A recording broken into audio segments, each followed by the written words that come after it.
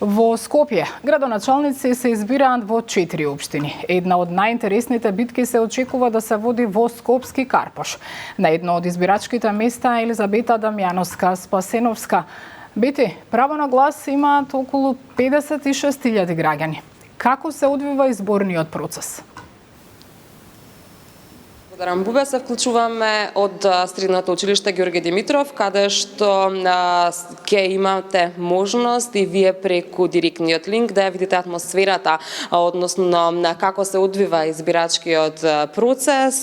На линкот денеска е гостин и председателот на избирачкиот одбор Марко Бушковски.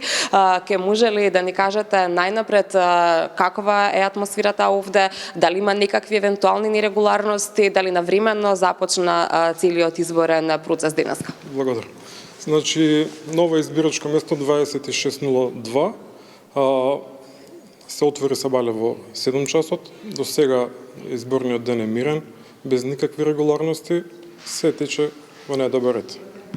Може ли ни кажете и во однос на одзивот на гласачи, каков е до сега? До сега одзивот е околу 30%. Значи, ова гласачко место има 961 гласачи, до сега се излезени околу 310 гласачи. Очекувате ли дека до крајот на денот ќе биде зголемен бројот на гласачи? Па, каков е досегашната пракса, што говори? Па во споредба со првиот круг, значи од изборите, очекувам дека ќе има уште гласачи.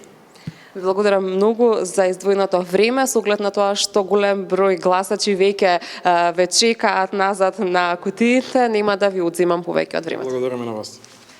Имавте можност да слушнете како се одвива атмосферата во моментов на избирачкото место 2602 во училиштето Ѓорѓе Димитров, како што кажав и во најавата, а во меѓувреме ние успеавме да поразговараме и со неколку имена од гласачите кои што велат дека нивните очекувања не се многу големи во однос на идниот градоначалник, а кој и да биде тој, па би предложила да ја видиме и кусата анкета. Исто што и се до сега. Исто очекувам? Никакви промени. Па немам ништо посебно, онака да биде подобро за младите. Немам некои посебни очекувања, мислам дека малку имам изгубено надеж. Така што гласам колку да се искористи гласот после да не отиде на друга страна.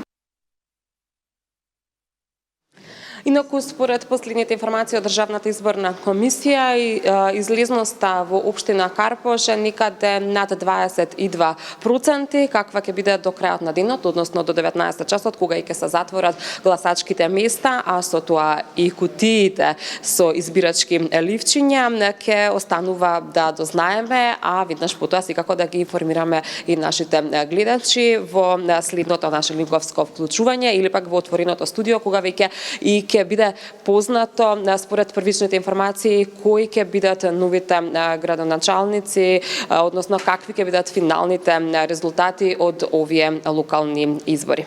Од овде толку. Ти благодарам, Елизабета Дамјановска-Спасеновска, за текот на гласањето во едно избирачко место во општина Карпош.